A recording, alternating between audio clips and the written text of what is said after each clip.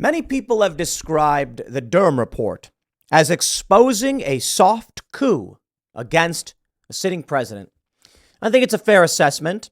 You had elements of the FBI, the intelligence agencies. You had Democrats, basically all of them, and the media colluding and conspiring to subvert the executive branch of this country. Now, what we learned from the Durham report is the opinion of Durham and other investigators that nothing here was criminal. Nothing criminal.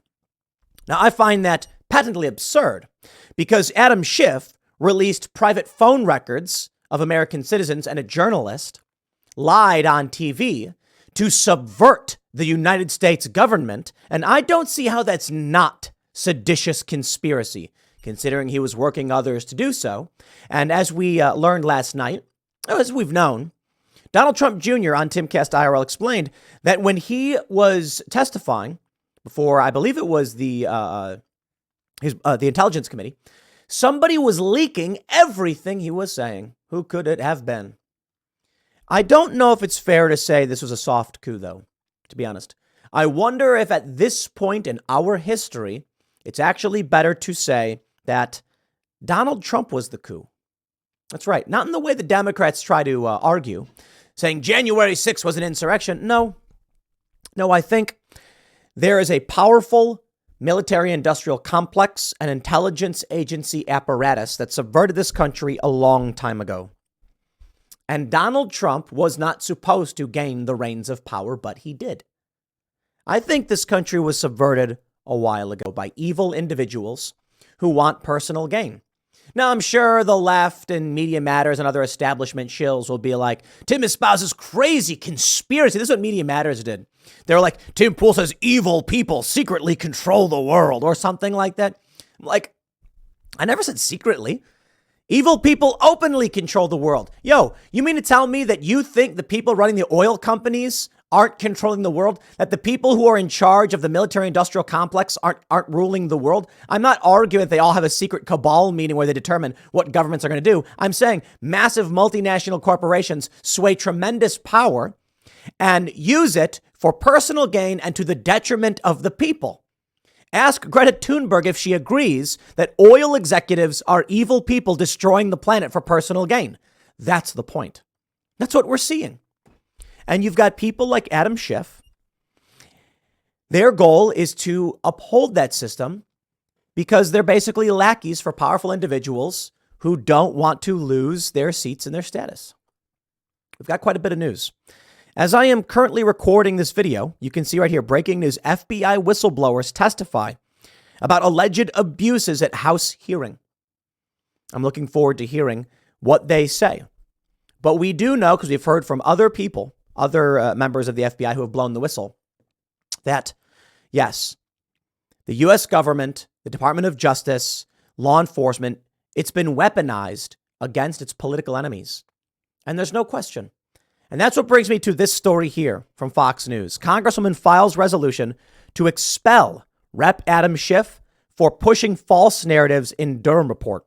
Rep. Anna Paulina Luna says Adam Schiff's lie cost American taxpayers millions of dollars. And that's not fair.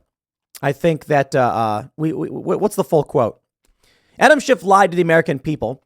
He used his position on the House Intelligence to push a lie that cost American taxpayers millions of dollars and abused the trust placed in him as chairman.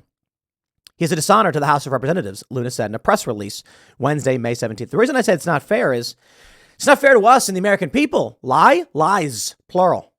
No, I get it. She's saying the lie of the Russiagate hoax when he went out and claimed he had seen definitive evidence. But I can't tell you. It's classified. This is a deeply evil person. There's no question. What do we want in this country? Sane, regular people. We want a complicated thing. We want the earth to be safe, meaning the environment. We don't like pollution. We don't like violence, war, crime, hate. Nobody wants those things. I assume most of you want to have a family. You want to protect your family. You want to get food for your family. You want to live peacefully with a smile on your face, cracking an ice cold Coors Light. You see where I was going with that? And watch the game, hang out with your friends, play pool, play poker, play whatever it is you do, football. Just chill and relax and have a good time. Make sure your family is safe. We don't want the earth destroyed by pollution. We don't want corrupt political individuals stealing resources from the public. We don't want war. So why is it then that you have elements protecting someone like Adam Schiff? What does he represent? The military-industrial complex, endless wars, manipulation, the seizing of power, and the destruction of the planet. All of the things that most people oppose. Yet if you go to a Democrat, what will they tell you? They'll tell you the inverse. They'll tell you that it's actually you who wants to destroy the planet. I wonder. I wonder indeed. I think these people are unrepentantly evil. I think Adam Schiff knows he's evil. I think he laughs to himself at the evil things he does. And I've met some people who have outright explained to me their motivations. I think they're demonic. I don't know how. I don't think angels and demons in this terminology represents necessarily any true kind of spiritual entity. But I do believe that within people there exists a gradient between what we can refer to as malicious evil and altruistic good. And sometimes that altruistic good can be weaponized by evil people, and they know it. But I don't see Adam Schiff as having any motivations outside of destroying things for fun. Because I've met people during Occupy Wall Street who have outright told me that they just want to watch the world burn. I think that defines Adam Schiff. They're going to say Republicans like Luna have been vocal that lawmakers should face consequences for the report after the Durham report found significant FBI failures and no evidence that Donald Trump's campaign was coordinated with Russia to influence the election. The full report was released by the Justice Department on Monday, May 15th, after a year-long investigation. The Durham report makes clear that the Russian collusion was a lie from day one, and Schiff knowingly used his position in an attempt to divide the country. Divide? Look, last night, Don Jr. joked, maybe we put Tim Pool in charge of the DOJ to go after all these people or something like that. And I said, I'd never run for office. I don't want to be involved in any of this stuff. I just let me whinge and complain on the internet. But if Donald Trump got elected and said, Tim, listen, you've been talking a lot of smack. We're going to have you take over to do these criminal indictments. We're going to put together a team. It's all yours. I'd just be like, count me in. I will sit there all day poring over documents, and I will fill out the arguments with a legal team. Say, I don't know. And when the lawyers are like, it's a really tough case, Tim. I don't know if you could actually charge him. I'll be like, I don't care. I don't care what you think. I think the American people know. I think this game, where anything a Republican does is interpreted as sedition, and anything a Democrat does is oopsie daisy. I'm done playing that game. Now, in all reality, I ain't going anywhere near the DOJ. I'm just some dude complaining on the internet. But let me tell you, Adam Schiff deserves to be in prison for seditious conspiracy. Because let me lay it down for you quite simply. A handful of Proud Boys. If I were to tell you that a handful of Proud Boys would be showing up on January 6th with no real plan and didn't even know what they were doing, well, those people get convicted. But if I were to say that a sitting member of Congress went on TV on numerous occasions and lied, claiming that he had proof, direct evidence that the president was an agent of a foreign country seeking to subvert our country, nobody cares. Nobody cares. So here's my argument. Sedition, an effort to destroy, to undermine our country. There is no question that Adam Schiff did this. And I firmly believe you hold this trial, what you're going to do is you're going to file in West Virginia or Wyoming, and you're going to hold the trial there, federal court case. And you know what's going to happen? If there was a federal case against Adam Schiff and it was held in West Virginia, the man would be convicted in 20 minutes. You'd walk in and you'd say, Adam Schiff went on TV and claimed our president worked for Russia. And what did that result in? Subversion of this country. Yeah, they just be like, bang the gavel. Guilty as charged. That's why I say, my friends, we're in a civil war. Nah, don't even. We are. You want to tell me we're not? Here's my response. The Durham report confirms that federal law enforcement sought to frame the sitting president as a traitor to this country. They effectively did. They claimed he did. Democrats like Adam Schiff, he said he has the evidence. Adam Schiff sought to frame our president as a traitor to this country. Why? To steal power. That is sedition. Now, some people have said it's treason. It's not. Treason is aiding and abetting a foreign adversary. If you want to pull up some ties maybe to China or something and prove that those motivations there, okay, sure, fine. But I'm not saying that. I'm saying sedition. Adam Schiff wants power. He's a deeply evil man. And he lied, sowed discord, and along with many others, including useful idiots and willful accomplices in the media, committed a seditious conspiracy. I'll put it this way. I explained it the other day like this. A man walks past a bank carrying a burlap sack. He throws the burlap sack on the ground and keeps walking. Did he commit a crime? Of course not. Littering, maybe. Maybe he just dropped it. And you can't tell if he littered or not. Just the bag fell out of his backpack, or it was hanging there on a thread and hit the ground. No crimes committed. What are you going to do? This man put a burlap sack on the ground. Another man parks his car and he's walking towards the bank and he sees the sack on the ground and he says, somebody must have dropped this. Picks it up, carries it inside and said, this is laying on the ground. Did anybody drop it? Everybody shrugs and he puts it on the floor. He puts it on the ground next to the door and carries in. Did he commit a crime? No. Another man walking into the bank sees the sack by the door and he picks it up and goes to the counter and says, this was laying on the ground. Is it yours? I don't know. And they shrug. He puts it on the counter. Cash that, leaves. Did he commit a crime? Of course not. Another man walks in. Another man walking by has a note that he gives to his buddy saying, he's deaf. So he says, hey, take out all the money take out all the money and bring it back. And he gives it to the guy and the guy goes, oh, okay. And then drops it on the ground. You get where I'm going with this. One by one, each individual takes an action that does not rise to any criminal activity. That's the argument, though. However, from the bigger picture, if you were to present this information to a jury and say, this guy threw a sack on the ground, this guy carried it inside, this guy wrote a note, this guy gave the note to the teller, this guy took the bag from the teller, you're talking about a conspiracy to rob a bank. Would anyone believe that these were accidents? So what I'm saying right now is, if you're going to make the argument that Adam Schiff was just, whoopsie, sorry, I don't buy it. He knew there was no evidence. He lied on TV.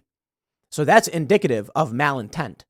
If you're going to argue these FBI agents, it was all a big accident, they violated FBI procedure. And what about the guy who fabricated evidence? There was a lawyer for the FBI who fabricated evidence. I'm sorry. This is a conspiracy, a seditious conspiracy. Adam Schiff being expelled is the least they could do. He should be criminally indicted. We're in a civil war. And what's happened now is Democratic elements, Democratic Party, sought to subvert this country. They did. They did it. Two factions fighting over control of one government. The only issue is that it's an informational warfare. It's fifth generational warfare. This was not the Democrats fighting in the streets. No, they were fighting for influence. But hot war could arise from these actions.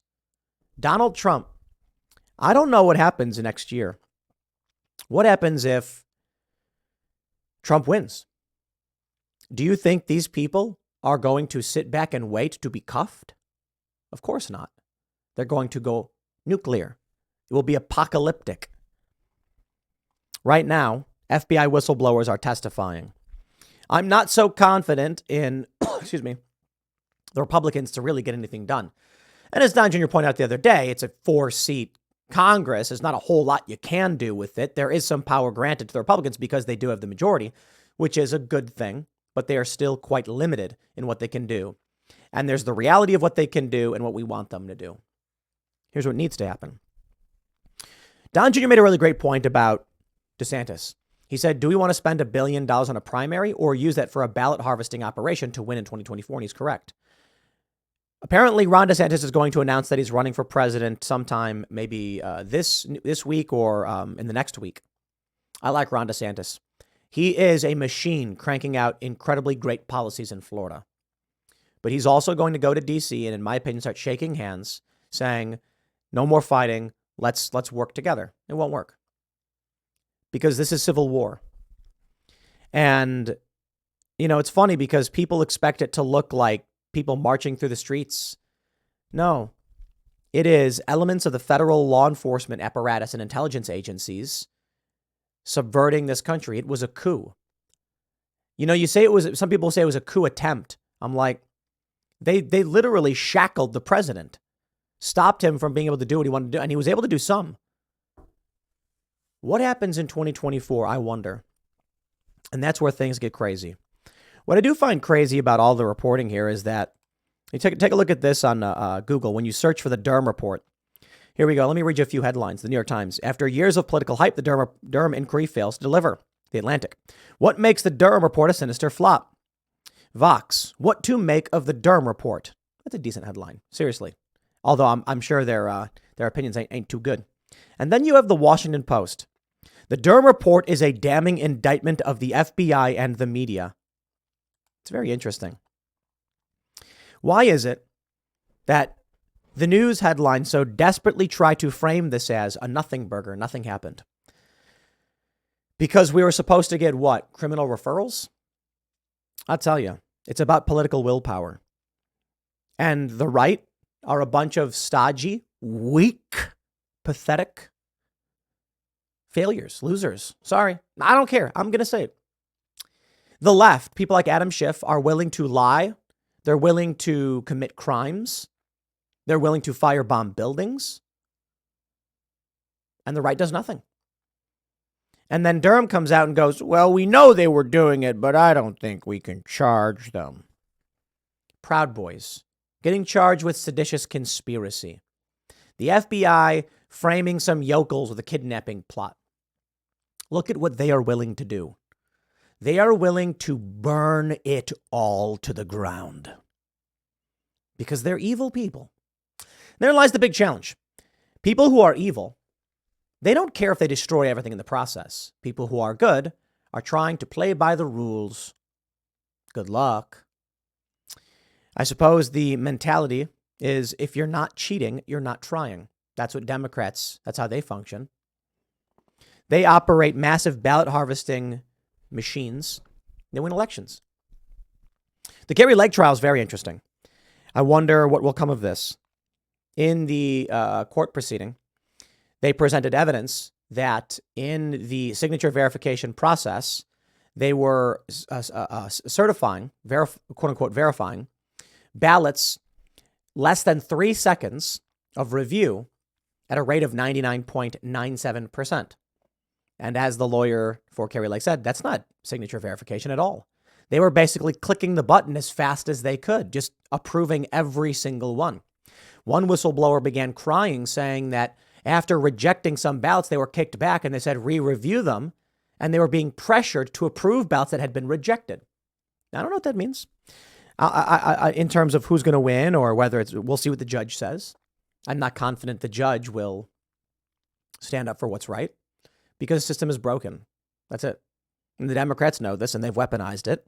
And on the right, you get people like Durham who will be like, it's not criminal. It's interpretable.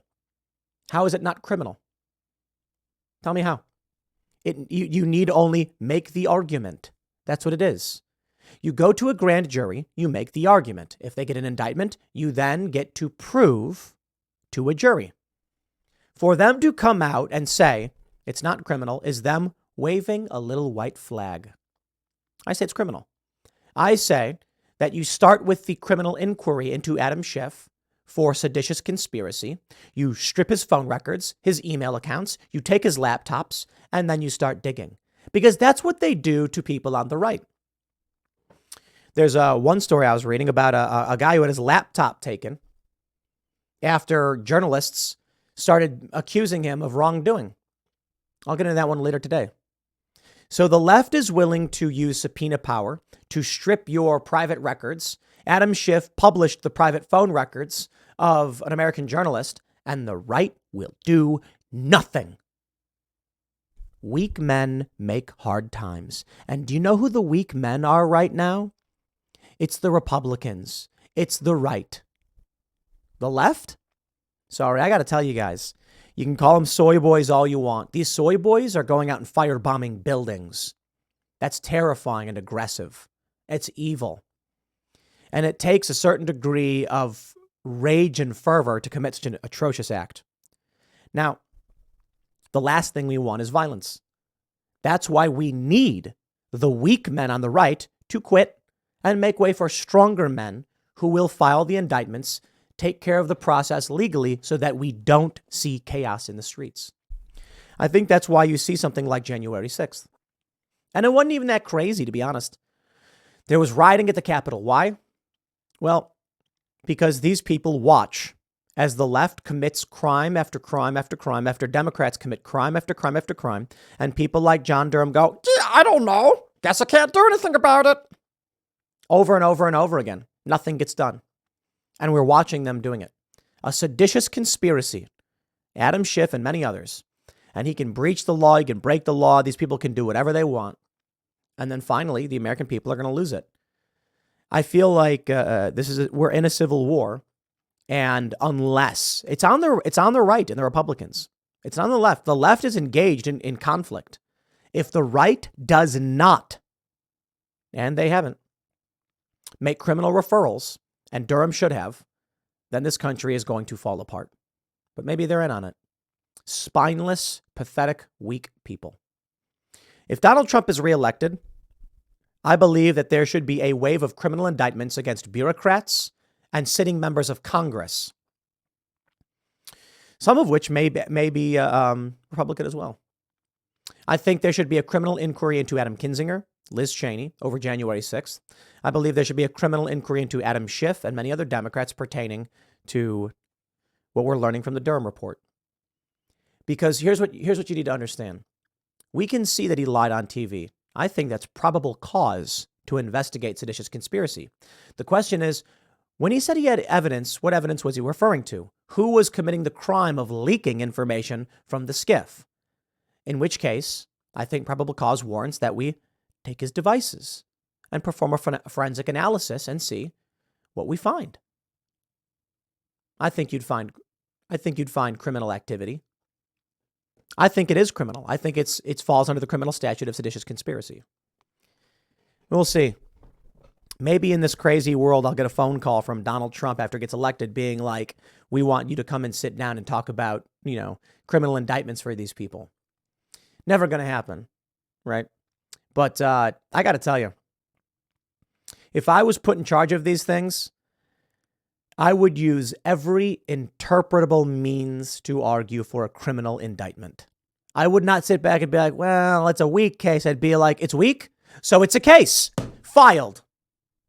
I hear it over and over again. People telling me like, I was talking about Jazz Jennings' family, and they're like, it's not a very strong case. I don't think don't care. I don't care if you think it's weak or strong. We bring the case. How are you going to know until you investigate? I'll leave it there. Next segment's coming up at 1 p.m. on this channel. Thanks for hanging out, and I'll see you all then.